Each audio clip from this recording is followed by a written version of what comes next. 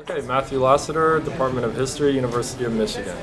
You had a panel today on the state of the field, politics, since 1945. Right, political history since 1945. You want me to tell you about the panel? Not so much the panel, but what is the state of political history? So I organized it because there's a lot of conversations going on right now. We had a state of the field about conservatism in the Journal of American History that Kim Phillips Fine did. Jeff Cowie and Nick Salvatore, and the long exception was the New Deal. A long exception, women's historians in gender and sexuality have critiqued that argument, saying you can't tell a declension narrative about liberalism.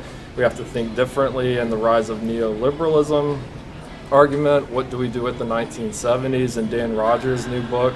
So it seemed like a good time to get a group of scholars together who come out of different subfields and aren't always in conversation with one another, and put them in conversation. I think it worked really well. We had 120 people in the room and standing room only crowd in the back. And very hot.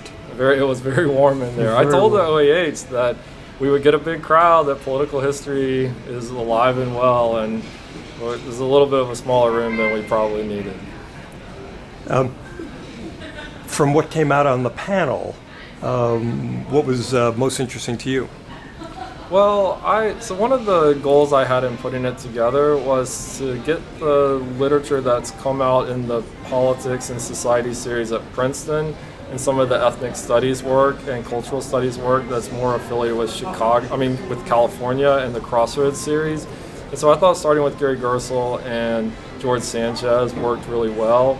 And then I thought really all five panelists were excellent. Bethany Morton talked about political economy and the questions of citizenship in a global age, and Marissa Chappelle talked about women's history and gender.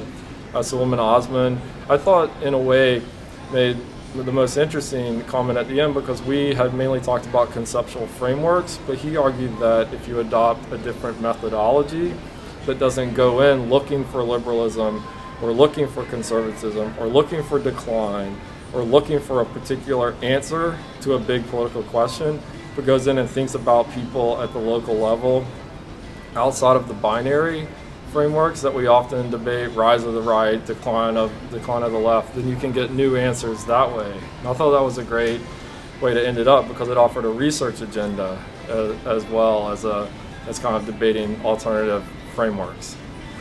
Terrific. Thank you so Good? much. All right.